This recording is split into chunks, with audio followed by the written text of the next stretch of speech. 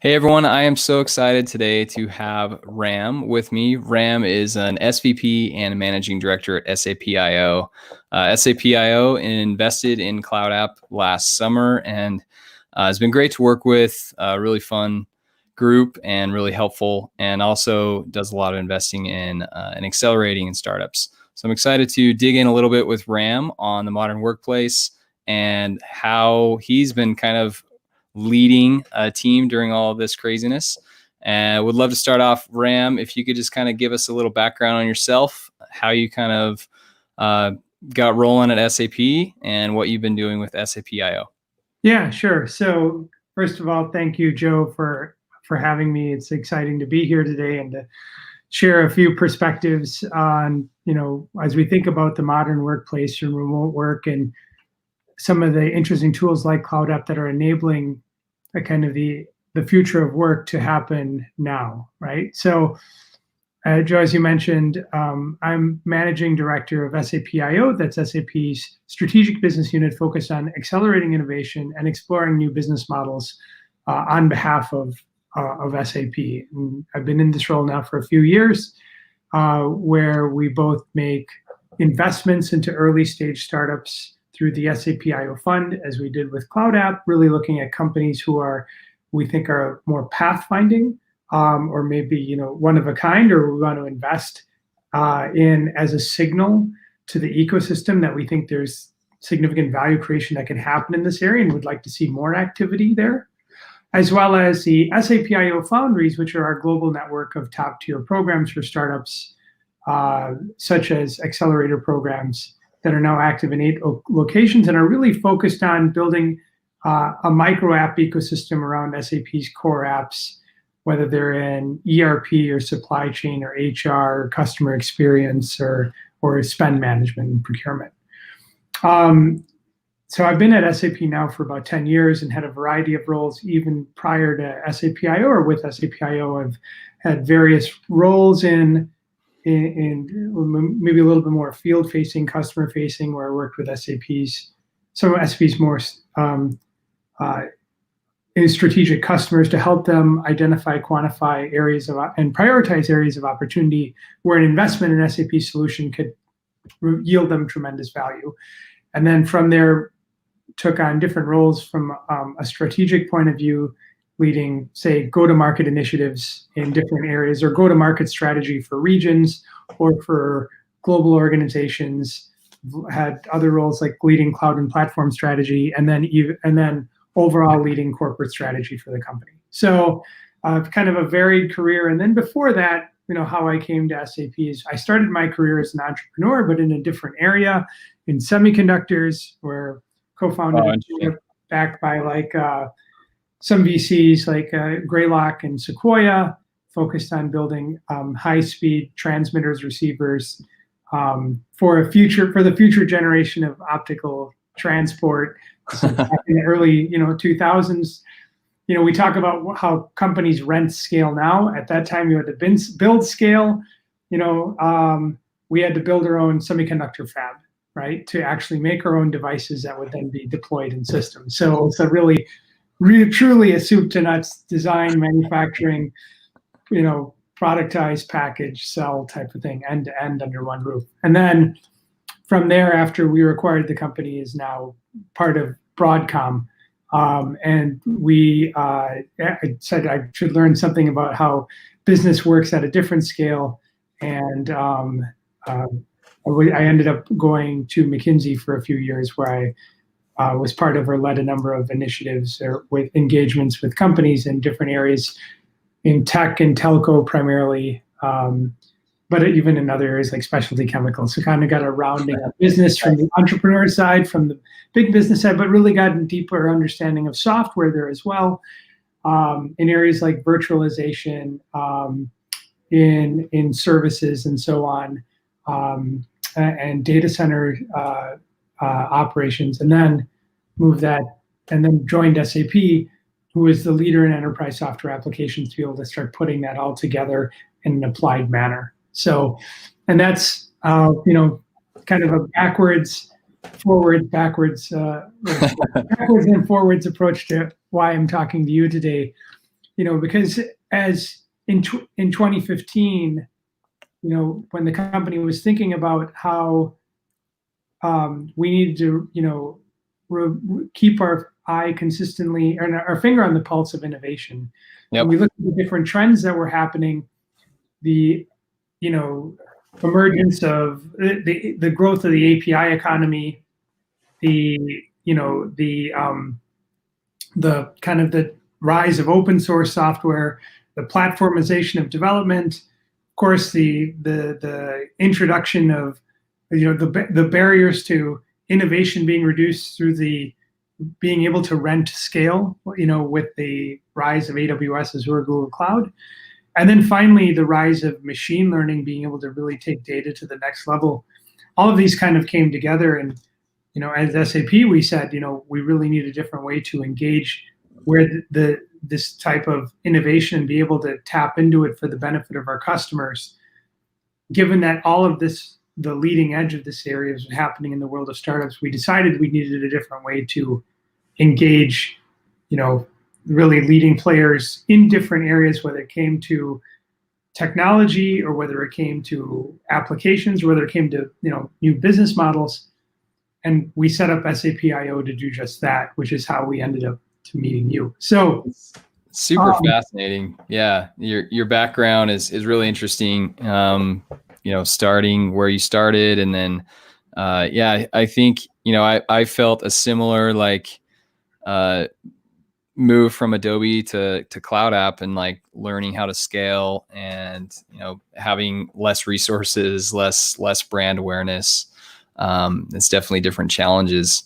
I love the move that SAP made, back in 2015 to kind of, it's really keeping investing where you guys see the future going, and making sure that those companies are directed, and that ends up benefiting you in multiple ways, for learning and being on the pulse, like you said, of innovation, and having acquisition targets, and just kind of understanding where things are moving. Yeah, I mean, we set up everything really at the end of the day with our eye on the customer and what would benefit the customer long term, and really IO being kind of a bridge to that most relevant innovation for our customers, especially as we think about their needs in the context of what SAP offers and what their customers need. And being able to provide that in a curated fashion, I think has served, I would say, both has provided a level of simplicity in that our customers can now tap into the most relevant innovation in a more straightforward way, and it helps the ecosystem that we engage with connect to customers in a more straightforward way. And on both sides, being able to reduce that complexity has provided value more quickly, and that's what we're trying to provide, right? And at the same time, being able to get insights and learn about that innovation and bring those learnings back into the business. So we call it kind of the win-win-win. Yeah. At SAP IO, how we deliver value to customers, benefit to startups, and then strategic impact to SAP. Yeah, that makes a lot of sense. We've touched on the modern workplace and how SAP IO is really kind of investing in that. The trend was already moving to remote anyway. We did a survey of 1,000 office workers last fall for a Cloud App, and we found that 57% of Gen Z was already working remotely the majority of the time. More than 50% of millennials were working remotely. San Francisco's expensive. New York's expensive. People are having to live further away. So how do you see the kind of current conditions that we're under right now helping accelerate that?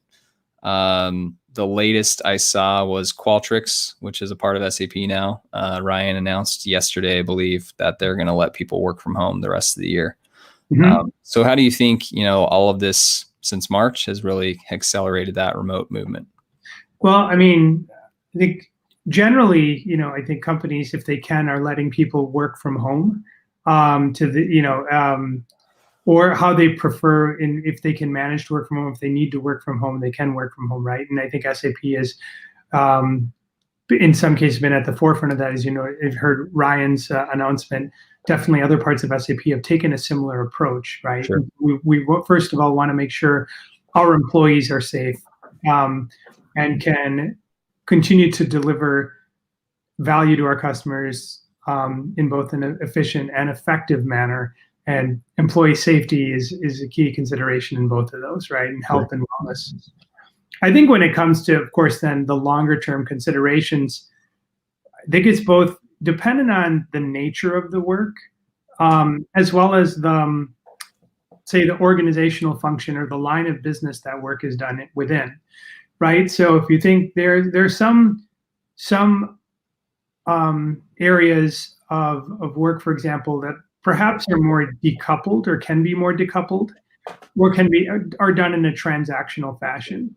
And we're familiar with some of those today. Perhaps there's some analysis that can be done on an individual basis. Code is often developed in a decoupled fashion, right?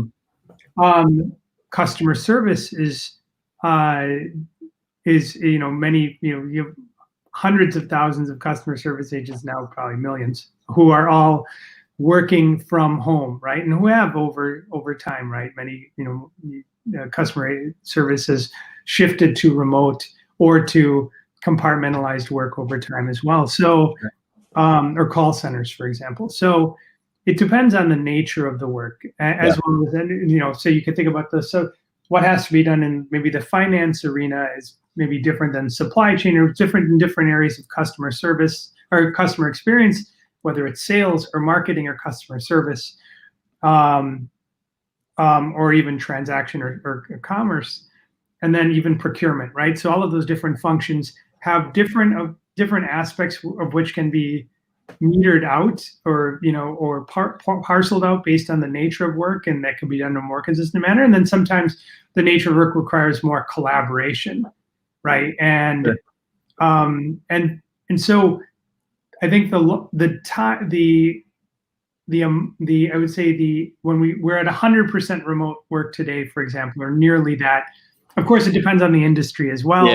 Software, or high tech is one extreme. Of course, there's a lot of front-facing, customer-facing. We have a lot of essential workers, whether you're in hospitals or retail, who have to be on site, at least for now. When we think about long term, so if we think about kind of office work, for example, let's zero in on that. It depends on, I think, how much of each individual's work is done in kind of those modes of whether it's transactional or individual versus collaborative, and how productively or effectively those types of work can be done in a remote manner versus coming into an office to do it, and primarily to meet with other people, or in a sales role, or a service role to meet with your customer, right? That's kind of and what are the conditions that are required? One can imagine, still there might be 7-figure deals which a customer wants to be able to see you in person, right? Or they wants to have some in-person meetings to really dive down, because insights come out from that, right? At the same time, there may be, there are other pieces of work which are, can be always done independent. And so it depends on that. And we shouldn't lose sight as well of, and so there's, roughly speaking, there's those different categories. At the same time, how do we, often the genesis of insights that you will have stemmed from a water cooler conversation that you ran into somebody in the hallway, like say 3 months prior, and that was kind of the spark or the missing piece that filled in a hole of a puzzle that eventually came together over a period of time. And you remembered that conversation that plugged in, and now you have the complete picture, right? And so how do you keep those classic instances that can actually lead to, breakthroughs in a manner where if you're working in a primarily distributed or remote world? So those are kind of the questions that you think about, right? And so we see obviously many tools today that have been deployed, of course, Zoom being the one that is on top of everybody's mind, which is, enabling some feeling of face-to-face or personal communication, but which is, of course, in a very real-time manner, right? But often work, as we like to think, is done asynchronously as well. And are there ways to enable that? Or how do you enable some of these by chance collaborations or conversations that happen? I've heard of people just keeping Zoom windows open on a separate screen, just in case people want to drop by and chat for a few minutes or something, but then there's probably some sense of a loss of privacy there as well, right? So, so I think it spans a broad, a spectrum or continuum of what type of work you're doing, what role in the organization it is, and what the industry is, right? But if we think, for example, you and I are both in a world of high tech, of software. I think and that's something that we think about all the time. What does the nature of work look like? How much can be? And we're hearing, right? Companies like Facebook have announced by 2030 they expect almost half of their workforce to be working, in a remote fashion full time. But that also means that half of the workforce isn't, right? Yep. So it's like there's one reason or another. There's still very much a reason for an HQ. Shantanu Narayan, CEO at Adobe, always called it serendipitous interactions. That's why they always had these big open spaces in all the HQ places where people could just meet up. And I know,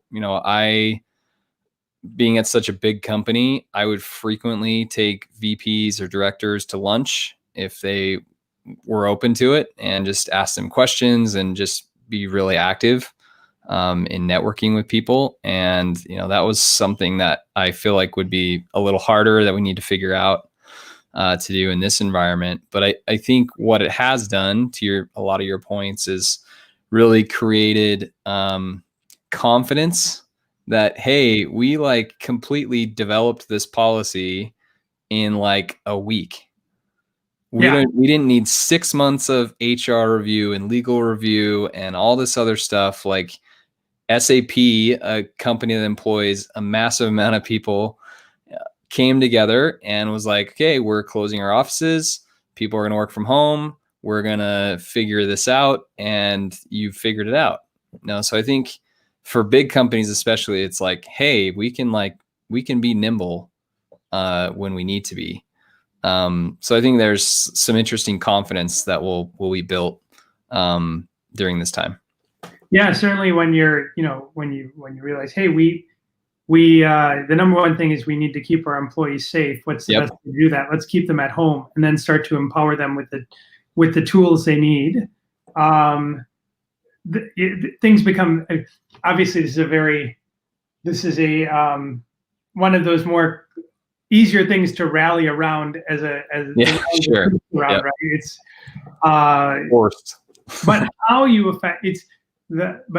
effectively move forward then after you've made the decision, okay, we're all going to work from home. That's obviously and how are you going to work productively, right? So we even talk about, there's a lot of processes that need to be adapted into when you think about the virtual environment, right? And it's not just in tech, for example, it's also in areas like education. Your curriculum has really been out for in-person environments, in-person interaction. Now you're trying to provide that in an online, in a distributed, perhaps in an asynchronous manner.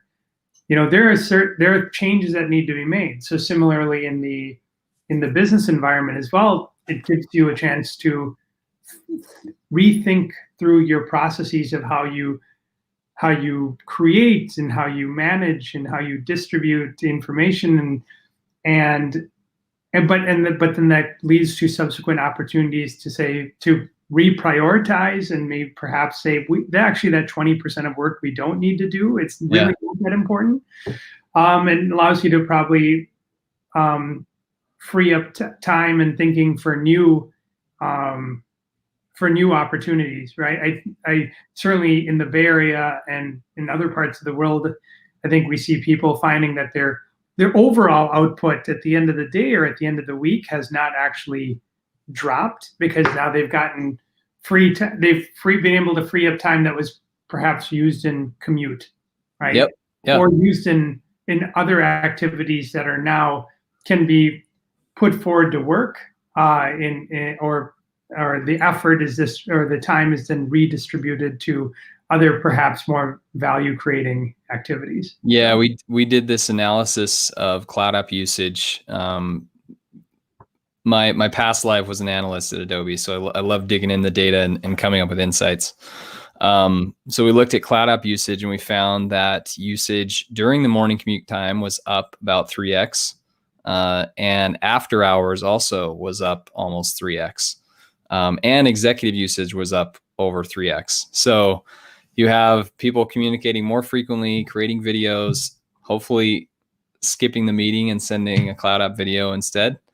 And then it's like, for me, I wake up, I do a little bit of work, and then I help my kids with school, and then I, do some more work, and then I eat lunch with them. And then, so it's not this 9 to 5 anymore. It's like this, weird different schedule, but fits in with what you said, still getting the same productivity done because you don't have those other things taking up your time. And what I'm hearing as well from companies, including many startups that we work with, is that they actually have an opportunity now, more opportunities to engage with decision makers than they did before. Things that would have required a plane flight before, or some kind of travel to fit into some decision makers' time, is now all of a sudden, they have more time because they're not traveling. And there's more flexibility on both sides, since it's just a video call or a phone call versus having to meet in person, and a lot less coordination. Yeah, so the opportunities to actually be able to engage stakeholders have gone up, right? And so I'm not surprised that you're seeing 3x more activity during these times of, say, commute, because they're not commuting, right? Yeah. Yep. And I'm certain during the day as well, even outside of commute, there's probably usage has gone up also, right? So. Yep. Yeah, because there's even just like, if I think of my Adobe behavior, or even like your SAP behavior, I don't know, like walking between meetings, was like 10 minutes. Like I'd have to leave my desk. And if I was in San Jose, I'd have to like go up the elevator. I'd have to go across the bridge. I'd have to go down the other elevator and get to my room. And that, even that little bit of time walking between meetings or whatever is freed up. Yep. So with all of this kind of going on, Cloud App has, to your point, like has seen a big spike in EDU. We provide our Pro product free to EDU students and teachers, and have seen a lot of people embrace that. We provide it to a lot of accelerators for a free trial as well. Where do you see, the future of work leading with kind of this all accelerating that? How's Cloud App fit into that? And, the async and sync communication is a piece of that modern workplace. Yeah, so it's a great question. And so as we were saying before, right, I think there's a piece around having the right tools, and then there's a piece around having the right processes that best enable folks to leverage those tools, right? So if we think about what the future of, say, sales engagement looks like, given that the process may look a little different in how you, given your stakeholder availability, what that will look like, as well as different decision making is going to look like as well, because obviously we're in a different business environment than we were 3 or 6 months ago. That's going to then perhaps change how you manage your stakeholders or your sponsors within a business, right? And so, and that might require the need for a higher level of interaction, greater transparency, but then that also drives the need for a tool like Cloud App where you can do things, you can present and share information in a cleaner, more informative way than you could before, and in a manner which has become more easy to consume at a time when I, as the receiver, can consume it and ask questions and interact asynchronously as well. Yep. Right. So we will see processes. Right now the first thing is, okay, let's get everybody a whole bunch of tools. Yeah. And then people will kind of figure it out. Now I think over time they'll figure out, okay, how my process is going to work and what the optimal way to manage this, whether it's a sales process or procurement process or development process.